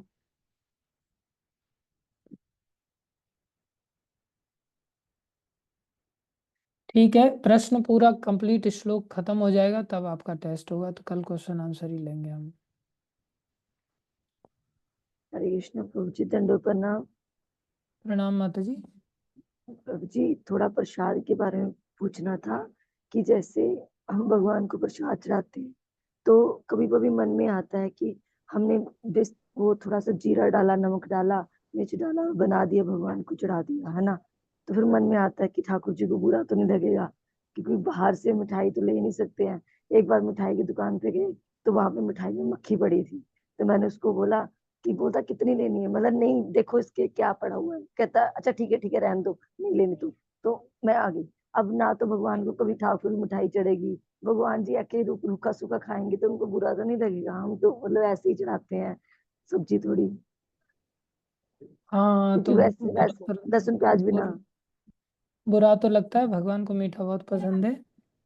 जी तो आप मीठा बनाना सीख लीजिए ना, मार्केट से लाने के बजाय खुद से मीठा बनाइए, अच्छा अच्छा मीठा खुद बनाइए। से इतना आता नहीं। कोई नहीं, आप आ ट्राई जाइए करेंगे। गोवर्धन देहरादून आ जाइए, यहाँ आपको भक्त लोग बहुत सारी मिठाई बनाना सिखा देंगे। तो भक्त लोग एक्सपर्ट हैं, आजकल तो यूट्यूब से भी बहुत सारी चीज़ें आप सीख सकते हैं। तो बाकी मंदिर जाइए, आसपास में जहाँ भी मंदिर हो वहाँ पर आप भक्तों से सीखिए, आपको बहुत बढ़िया मिठाई बनाना। और मिठाई बनाने में सबसे बढ़िया बात, दूध रख दो, उसको अच्छी तरह से गर्म करते रहो, हिलाते रहो, गर्म करते रहो, हिलाते रहो, और लास्ट में उसमें थोड़ी सी मिश्री डाल दो, थोड़े से ड्राई फ्रूट्स डाल दो। इसमें आने जाने का कुछ है नहीं, भगवान को बहुत अच्छा लगेगा। थोड़े से चावल डाल दो, बहुत कम चावल डालो, उसकी बढ़िया खीर, एकदम गाढ़ी सी खीर बनाओ, बस उसको देर तक हिलाते रहो। चावल नहीं भी डाला तो दूध को ही आप काफी हिलाते रहो, कितना बढ़िया। दही ले लो, दही का मक्खन निकाल करके उसमें भी कई सारे आइटम बन जाते हैं। तो दूध दही घी बस इसी के आइटम बना लो, बस खोआ फोआ बना लो, उसमें थोड़ा मीठा फीठा ड्राई फ्रूट्स वगैरह डाल दो, भगवान को भोग लगा दो। भगवान तो बड़े सरल हैं, और वो प्रसाद भगवान को भोग लगाओ, फिर हम जैसे पाखंडी भक्तों को भी बांट दो, मतलब मेरे जैसे। तो सिंपल है। प्रभु जी, एक और चीज, जैसे हम लोग अपने लिए मतलब हीटर लगाते हैं घर में, है ना, जहाँ कोई चीज ऐसी जो यूज करते हैं, है ना, भगवान के लिए तो लगाया ही, जो चीज भगवान को लगाते हैं वो अपने लिए भी रखते हैं। तो हम लगा रहे हैं उसमें संसारिक चीजों को यूज कर रहे हैं, इसको ऐश जिसको कहते हैं ऐश्वर्य, हम मतलब क्या बोलते हैं, क्या बोलेंगे इसको, हम सुविधाओं को यूज कर रहे हैं। तो क्या जितनी सुविधाएं हम ज्यादा यूज करेंगे उसका हमें कष्ट भी होगा उतना। हाँ देखो, सुविधाएं एक प्रकार से हमें सीधा नाक पकड़ने के बजाय से घुमा के नाक पकड़ना सिखाती हैं। जैसे कोई व्यक्ति कपड़े धोना नहीं चाहता तो कपड़े के लिए धोने के लिए मशीन ले आता है, तो मशीन का भी तो बिल आता है ना, तो उस बिल के लिए भी तो उसको कमाने जाना पड़ता है, तो वहां भी वो पैसा कमाने के लिए गधा मजूरी कर रहा है। उससे अच्छा पहले ही कपड़े धो ले बस। तो कपड़े धोने के हाथ से धो लेगा तो उसका बिजली बिल बच जाएगा, मशीन का खर्चा बच जाएगा, मशीन जितने की आ रही है उसकी ब्याज बच जाएगी, तो उससे थोड़ा सा मेहनत करके वो उतने में कपड़े भी धो सकता है। तो ऐसे नाक पकड़ो या ऐसे घुमा के नाक पकड़ो, कुल मिला करके कष्ट तो झेलने ही झेलने हैं। तो संसार में कष्ट तो है ही, हमें ज़्यादा सुविधावादी नहीं होना चाहिए। हाँ लेकिन अगर हमारे जीवन में बहुत सारी सेवाओं का वर्कलोड है और हम कई सारी सेवाओं की अपॉर्चुनिटीज रखते हैं, तो हमें मशीनरीज वगैरह का यूज़ कर सकते हैं उस स्थिति में। ऐसा नहीं कि सुविधाओं का यूज़ करके और आराम से हम सोते रहें, तो वो ठीक नहीं। ठीक है, थैंक यू। और किसी का कोई प्रश्न है?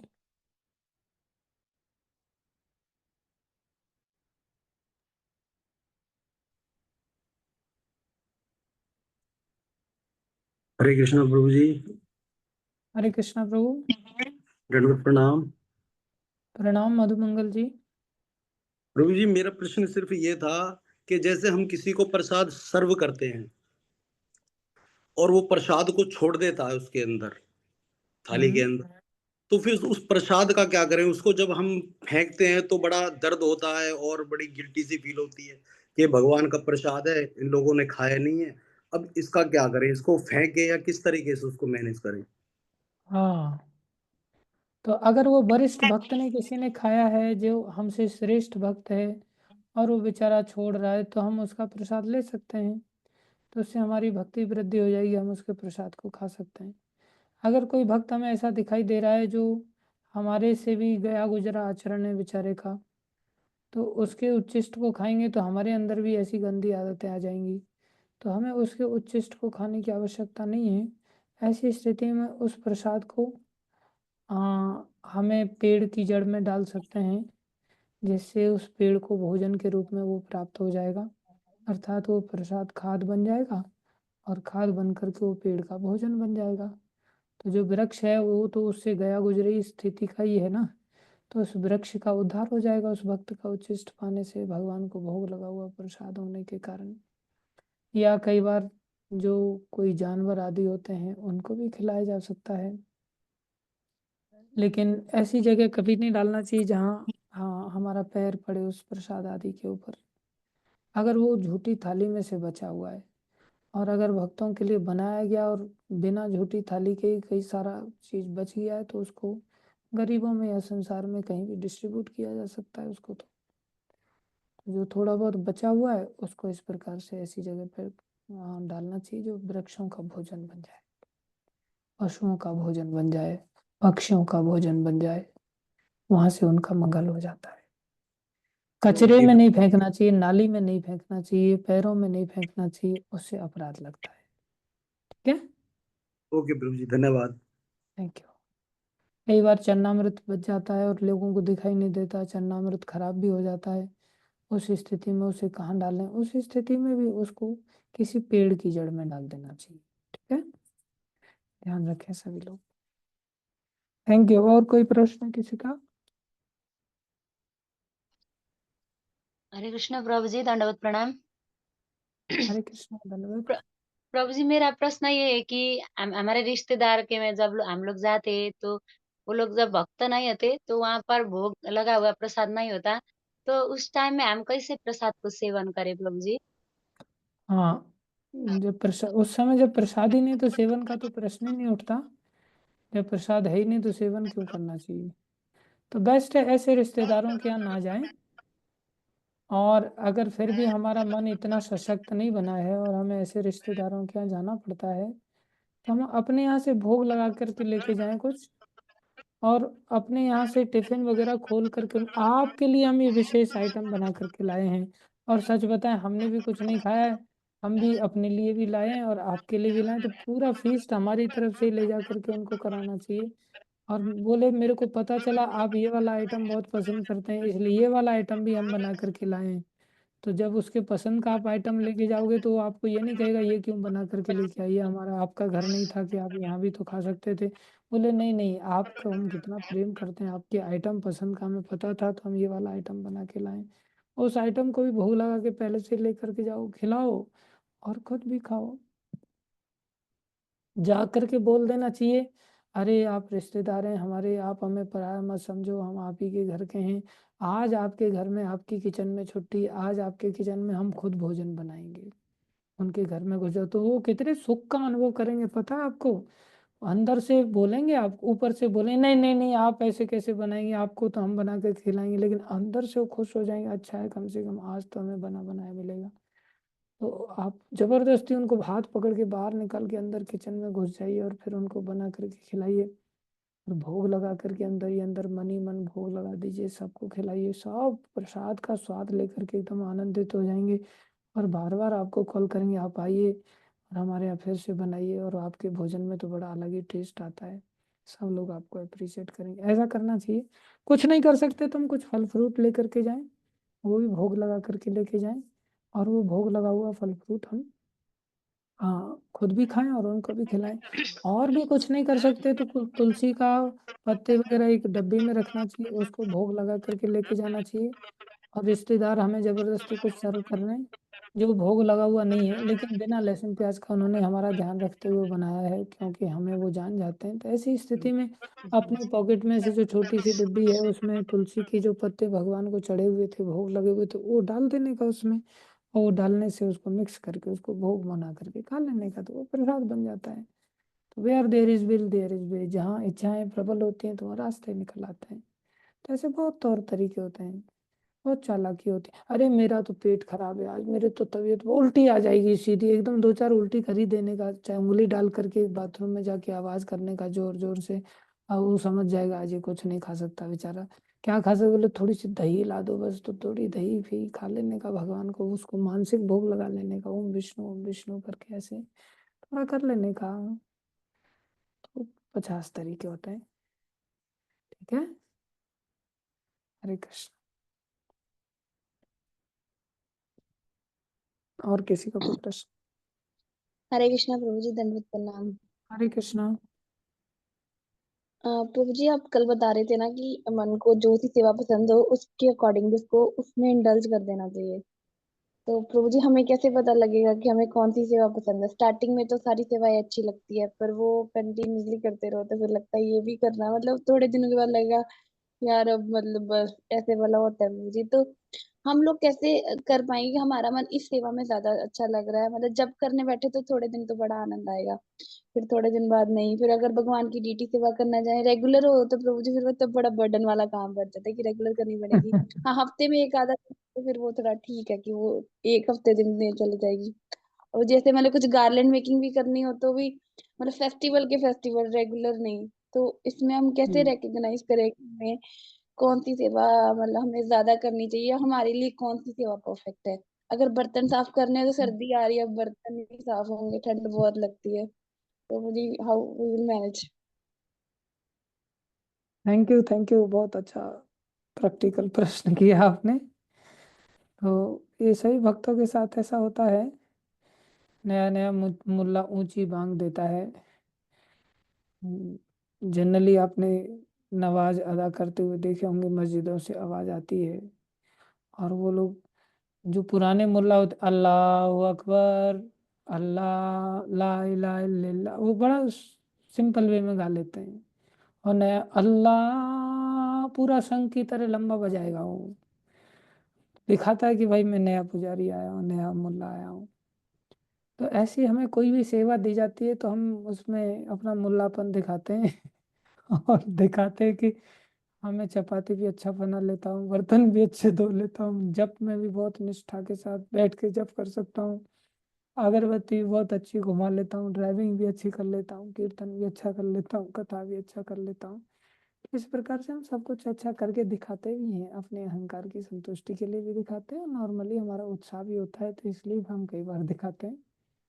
लेकिन धीरे धीरे फिर पंचर हो जाता है अलग अलग सेवाओं में, जैसे ठंडी आ जाती है या फिर गर्मी आ जाती है या फिर बरसात आ जाती है या फिर घर के लोग आ जाते हैं या मित्र बंधु आ जाता है, अरे तू यहाँ बर्तन घिस रहा है, इसके लिए तूने पढ़ाई लिखाई किया है, तो ऑकवर्ड फील होता है। कई बार हम आश्रम में मिट्टी फिट्टी उठाते हैं, तो टोकर फोकर उठाते हैं या गटर पटर साफ कर रहे होते हैं। आश्रम घर है तो घर में तो सब लोग अपनी तरह ही काम करते हैं ना, सब अपने घरों में तो सब कुछ कर लेते हैं। घर में कौन सा आदमी हर समय सॉक्स वगैरह पहन करके, ग्लव्स वगैरह पहन करके रहता है? सब काम करने पड़ते हैं हर व्यक्ति को। हमें भी कई बार सारे काम करने पड़ते हैं, तो अचानक से उस समय मित्र बंधु मिलने के लिए आ जाते हैं तो बड़ा ऑकवर्ड फील होता है। फिर एकदम से गमछा फमछा हटा देते हैं, फिर तिलक फिलक थोड़ा सा मेंटेन करके दिखाते हैं कि भाई हम महंत हैं इस सेंटर के, प्रेसिडेंट हैं हम इस सेंटर के। लेकिन कई बार वो लोग वहीं पहुंच जाते हैं, सारी प्रेसिडेंसी खाक हो जाती है। हालांकि ऐसा अहंकार नहीं करना चाहिए, लेकिन उस समय अहंकार जाता भी तो नहीं है ना। तो ऐसा होता है, बहुत सारी चीज़ें हम दिखाने के कारण और फिर आगे चल के हमारे जीवन में इस प्रकार से बाधाएं बन जाती हैं। तो इन सब चीज़ों के बीच में भी हम अपने आप में देखें कि फिर भी मैं लॉन्ग रन पर कौन सी सेवा कर पा रहा हूँ, तो वो हमारा एक इंटरेस्ट बताता है कि हमारा इस चीज़ में बहुत ज़्यादा इंटरेस्ट है। दूसरा चीज़, जब हम जिन भक्तों के निर्देशन कोई भी सेवा करें तो हम प्राय निर्देशन में सेवा करते हैं, तो भक्त हमें जज कर लेते हैं कि ये कौन सी वाली सेवा बेस्ट कर पा रहा है, इसकी सेवा की क्वालिटी का स्टैंडर्ड क्या है। अभी जैसे कई सारे भक्तों को हम पुजारी सेवा में शुरुआत में लगाते हैं, तो जब लगाते हैं तो सब पुजारी सेवा में दिखाई देता है कि हाँ इसके अंदर पुजारी सेवा की वृत्ति कैसी है, इसके अंदर कुकिंग की सेवा की वृत्ति कैसी है, इसके अंदर साफ सफाई की वृत्ति कैसी है। तो जज करते आता है कि हाँ ये बड़े इंटरेस्ट, चाहे उसको आता नहीं है लेकिन उसका इंटरेस्ट बहुत होता है। तो बेचारा 7 बजे तक वो केवल बार बार ये हार पहना हूँ फिर उतार देता है, ये वाला पहना के देखता हूँ फिर उतार देता है, ये पहना के देखता हूँ फिर उतार देता है, 4-5 बदल रहा है वो, बहुत कंफ्यूज नजर आता है। और कोई कोई व्यक्ति फटाक से एक पहना करके वो चलता बनता है, तो बोले पहनाना ही तो कोई भी उठा करके पहना दो बस। तो पता चलता है कि हाँ इसका कंफ्यूज्ड है लेकिन फिर भी इसका इंटरेस्ट बहुत है, बहुत भाव से ये करने का प्रयास कर रहा है। तो उसमें हम जिन भक्तों के निर्देशन में रहते हैं उनके साथ में रहने से हमें वो गाइड करते हैं, फिर वो हमें अपॉइंट करते हैं तुम एक काम करो, ये वाली सेवा किया करो, इस सेवा से तुम काफ़ी लंबे समय तक भक्ति में अपने आप को जोड़ के रख सकते हो और अपने आप को प्योरीफाई कर सकते हो। तो जब हमें ना समझ में आए तो हमें इस प्रकार से काउंसलर लोगों से पूछना चाहिए। आइडियली तो अपने आप में खुद को समझ में आ ही जाता है। जैसे मैं शुरुआत में जुड़ा तो मेरे को लगता था कि भाई मैं प्रचार करना चाहिए मुझे, तो मैं इस चीज़ को लेकर के किसी सेंटर को ज्वाइन ही नहीं करता था कि पता नहीं मेरे को प्रचार के लिए ऐसा सुविधाएं मिलेंगी नहीं मिलेंगी, क्या होगा।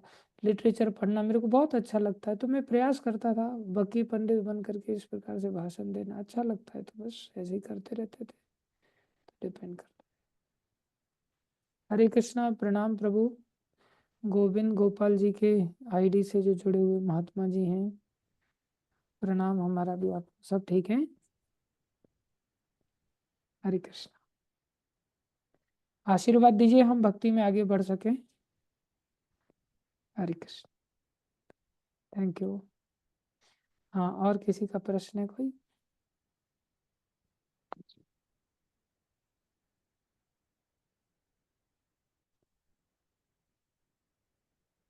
हरे कृष्ण प्रभु जी। हरे कृष्णा। प्रभु जी, मेरा एक प्रश्न है। आपने पूछिए ना। बताया था कि एक बार क्रोध करने से 12 साल की भक्ति साधना नष्ट कर देता है। हाँ प्रभु जी, एक कई बार ऐसे भी बताया गया है कि भक्ति कभी नष्ट नहीं होती, छोटा सा भी प्रयास किया है तो वो कभी नष्ट नहीं होता। हाँ, ये भारी वाला प्रश्न कर दिया आपने। ऐसा भी है और जो हमने बताया था वो भी है, दोनों ही चीजें हैं। इसमें यह है कि भक्ति नष्ट नहीं होती, लेकिन भक्ति जो तुरंत फल देने वाली थी वो तुरंत नहीं देती, फिर वो भक्ति पीछे चली जाती है। मतलब 12 साल का भजन नष्ट, मतलब 12 साल डिले कर देता है वो रिजल्ट आने में। फिर हमें जो 12 साल का भजन अभी फल देने वाला था वो अब 12 साल के बाद मिलेगा। समझ रहे हैं? जैसे हरिनाम जपते हैं तो हरिनाम जपने से अपराध जो है फिर उसे फल नहीं देने देता। अपराध हो जाने से क्या होता है, फल नहीं मिलेगा ऐसा नहीं है, फल तो कभी नष्ट होता ही नहीं, वो लंबे समय के बाद मिलेगा, वो डिले हो जाता है।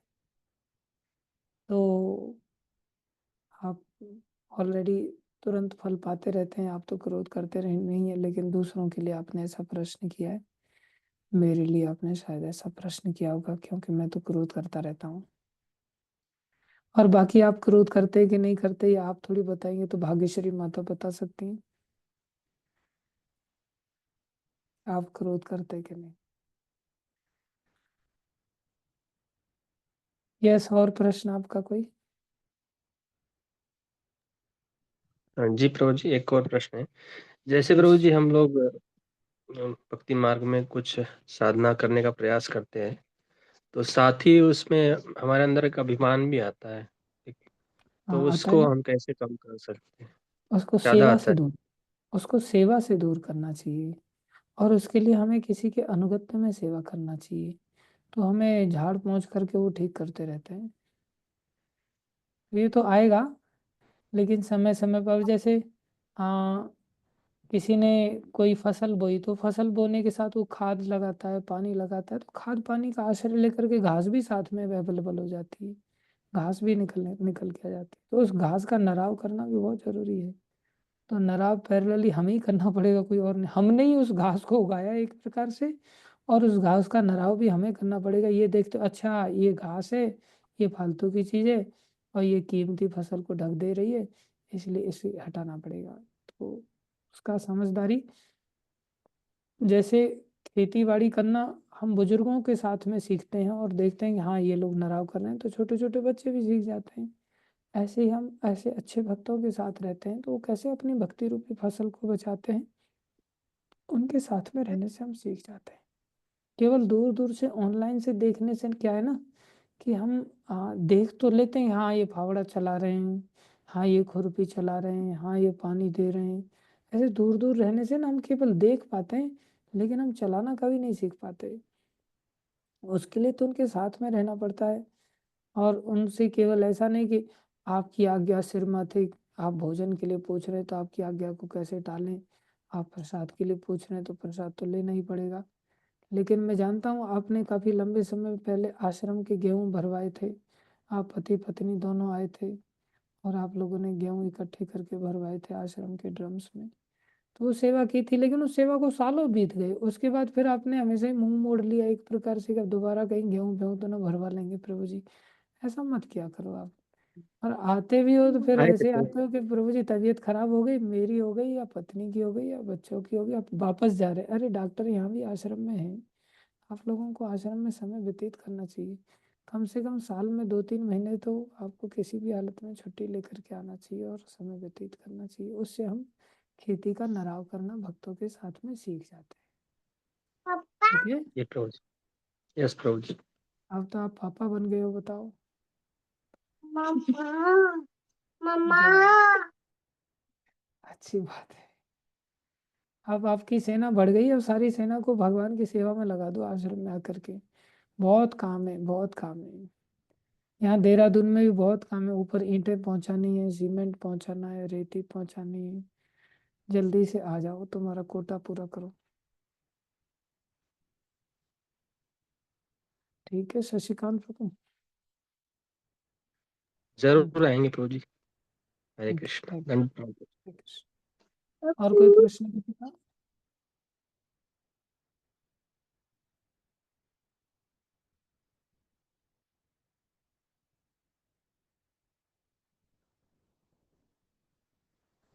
Thank you. हरे कृष्णा प्रभु जी, सादर हरे प्रणाम। कृष्णा, प्रणाम प्रभु जी। हमारे दो छोटे छोटे प्रश्न हैं प्रभु जी। कोई नहीं प्रभु जी, हम बड़े बड़े उत्तर देंगे, आप पूछिए।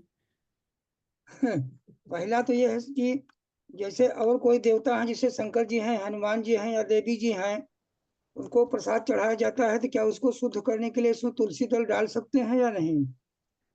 हाँ, उनको भोग लगाया जाता है तो उनको भोग लगाते समय तुलसी दल नहीं चढ़ाया जाता, और उनको जी भक्त समझ करके भोग लगाना चाहिए। तो जो पहले जी भगवान को भोग लगाया है उसके बाद फिर उनको वही भोग अर्पण किया जाता है, और उनको प्रसाद के रूप में भोग लगाया जाता है। आप ये प्रसाद भगवान का है, इसे ग्रहण कीजिए, और फिर उसे हम ग्रहण कर सकते हैं। सीधा उनको भोग नहीं लगाया जा सकता। कृष्ण भगवान के अतिरिक्त किसी को भी नहीं भोग लगाया जा सकता तुलसी आदि डाल करके। जी केवल गुरुदेव को भोग लगाया जा सकता है, वो भी बिना तुलसी के। यदि गुरुजी को ही भोग लगा रहे तो गुरुदेव भी क्या जी करते हैं, अपने आप में बिना भोग लगाए नहीं खाते, वो स्वयं से ही भोग लगाने के लिए अपना तुलसी अर्पण करके भगवान को भोग लगा के ग्रहण करेंगे और फिर हमें वापस करेंगे। तो तुलसी ऑफर तो केवल भगवान श्री कृष्ण को ही की जाती है। जी। अच्छा, एक दिन प्रभु जी आपने बताया था कि केवल विष्णु भगवान या कृष्ण जी को छोड़ करके और किसी को तुलसी दल अर्पण नहीं कर सकते। करेक्ट। तो जब हम लोग मंत्र बोल के चढ़ाते हैं कि जय श्री कृष्ण चैतन्य प्रभु नित्यानंदा, श्री अद्वैत गदाधर श्री वासाद गौर भक्त बिंद, तो क्या इसमें तुलसी दल चढ़ाते हैं तो सभी विष्णु तत्व हैं इसमें? हाँ, सभी विष्णु ही तत्व हैं, एक प्रकार से महाप्रभु के पार्षद हैं, और महाप्रभु के पार्षद हैं तो वो भगवान के भक्ति ही हैं। जो पूर्ण रूप से विष्णु तत्व नहीं है तो कुछ आधे विष्णु तत्व हैं, और कुछ विष्णु तत्व से भी ऊपर हैं, तो वो भगवान श्री कृष्ण को भोग लगा के ही ग्रहण करते हैं, तो वो प्रसाद के रूप में ही ग्रहण करेंगे। तो हम पंच तत्वों को भी भोग लगाते हैं, तो कोई भी व्यक्ति ऐसे ही नहीं भोग ग्रहण करेगा अपने आप से। जैसे राधा रानी के अवतार हैं, गदाधर पंडित हैं, नारद जी के अवतार हैं, श्रीवास ठाकुर हैं, और शंकर जी के अवतार हैं, वहाँ तो महाविष्णु स्वयं में हैं भी, वो भी महाप्रभु को भोग लगा के ग्रहण करते हैं। तो हम जी उनको जी ऑफर जी कर सकते हैं, कोई चिंता की बात नहीं। उसमें जी तुलसी दल, नमस्कार। उसमें तुलसी दल अगर पर्सनली ऑफर कर रहे हैं तो केवल नित्यानंद प्रभु को और महाप्रभु को, केवल इन दो ही लोगों को ऑफर कर सकते हैं, जी अन्यों को नहीं।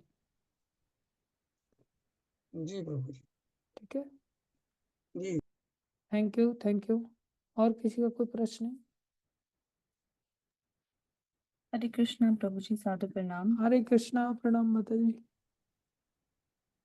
प्रभु जी, हम लोग मेरे 2-3 क्वेश्चंस हैं। लाइक पूछें। First is we cannot understand Krishna by any material means, but to understand him we give example of the material world only.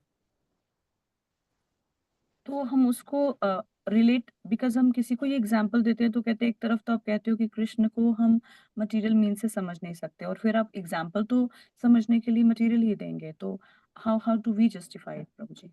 हाँ, देखो, एक श्रद्धा ही श्रद्धावान लभते ज्ञानम, ऐसा भगवान ने आदेश दिया। तो ये परोक्ष ज्ञान है, प्रत्यक्ष ज्ञान नहीं है।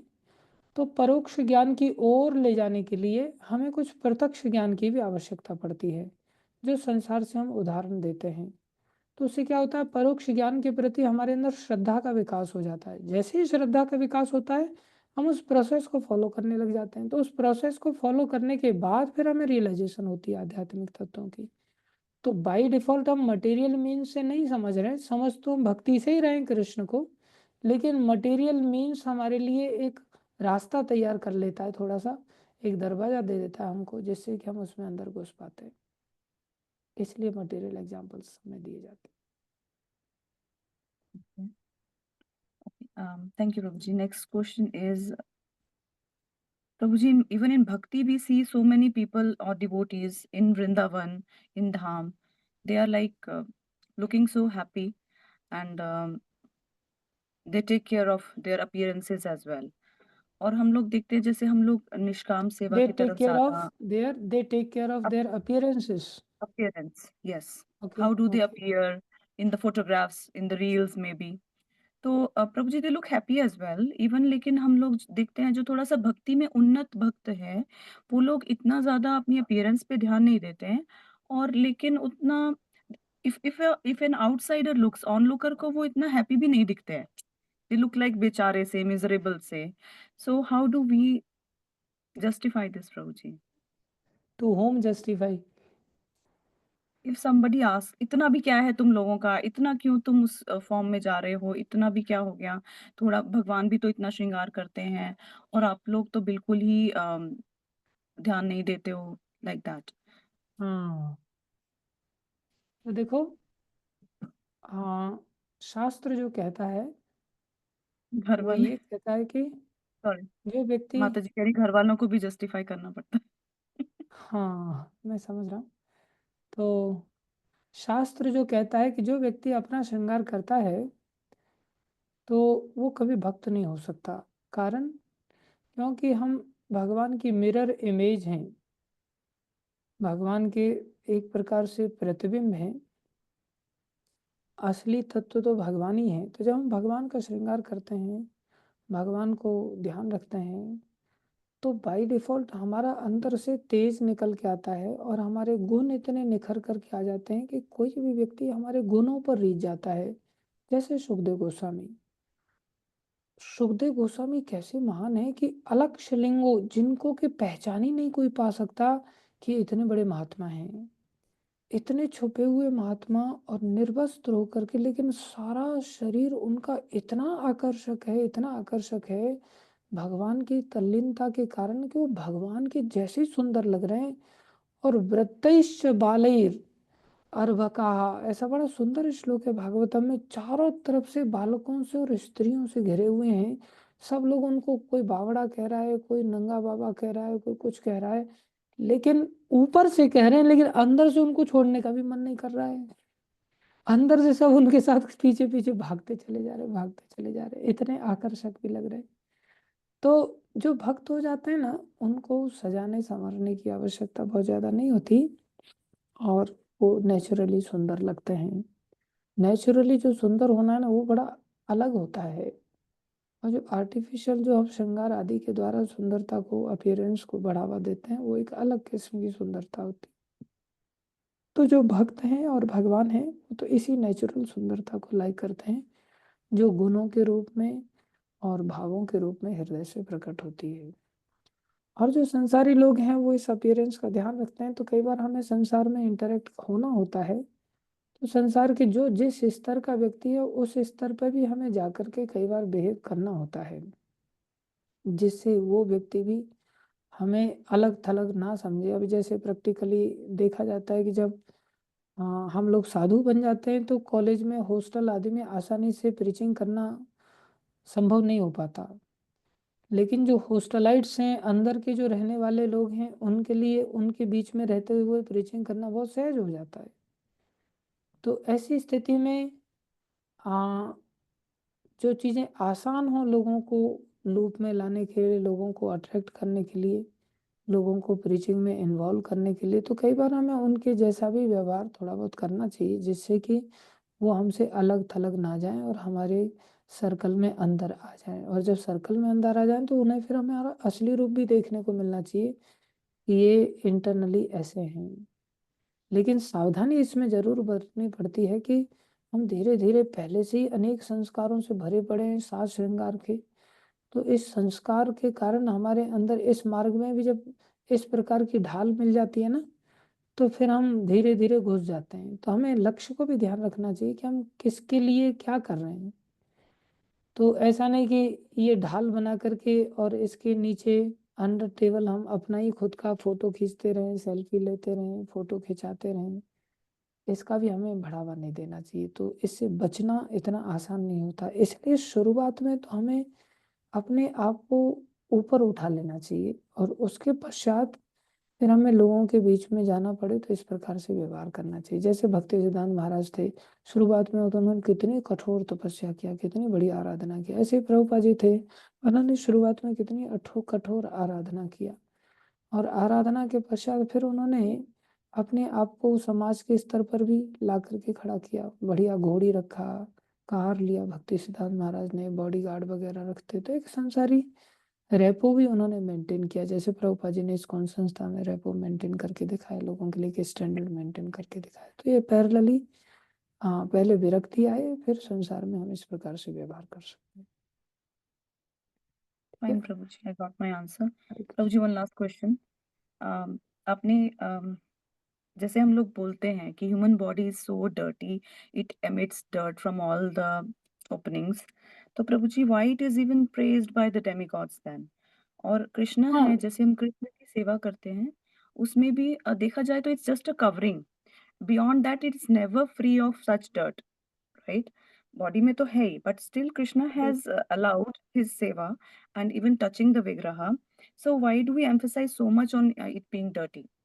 हाँ, thank you for asking such a nice question. Actually में देवता लोग जो तरसते हैं ना, वो इसलिए तरसते हैं कि देवताओं के शरीर में भोग इतने ज़्यादा हैं कि उनके शरीर में दुखों का कभी ऐसी अनुभूति होती नहीं जैसा कि हमारे शरीर में अनुभूति होती है। अभी हर समय आदमी को बोला जाए रसगुल्ला दे करके, रसगुल्ला खाना नहीं, बिल्कुल नहीं खाना, ये मिथ्या है, ये तो जड़ भोग है। वो अंदर खा लेगा हाथ में लेने के बाद, तब बोलेगा हाँ आप कुछ कह रहे थे। अरे मूर्ख, क्या कह रहे थे तुम? रसगुल्ला खाने के लिए थोड़ी मिला है जीवन, भजन करने के लिए मिला है। क्यों समय को नाश कर रहे हो इन सब चीज़ों में? तो उनके पास इतने भोग अवेलेबल हैं कि वो को चाह करके भी डिनाई नहीं कर पाते। जैसे out of sight out of mind. अब आउट ऑफ साइट ही नहीं तो आउट ऑफ माइंड कैसे होगा? तो यहाँ संसार में वो लोग भारत भूमि में आने के लिए इसीलिए तरसते हैं। दूसरा, यहाँ भक्तों का सानिध्य बहुत अच्छा अवेलेबल है, जो स्वर्ग आदि में भी इतना आसान नहीं है, अवेलेबल नहीं।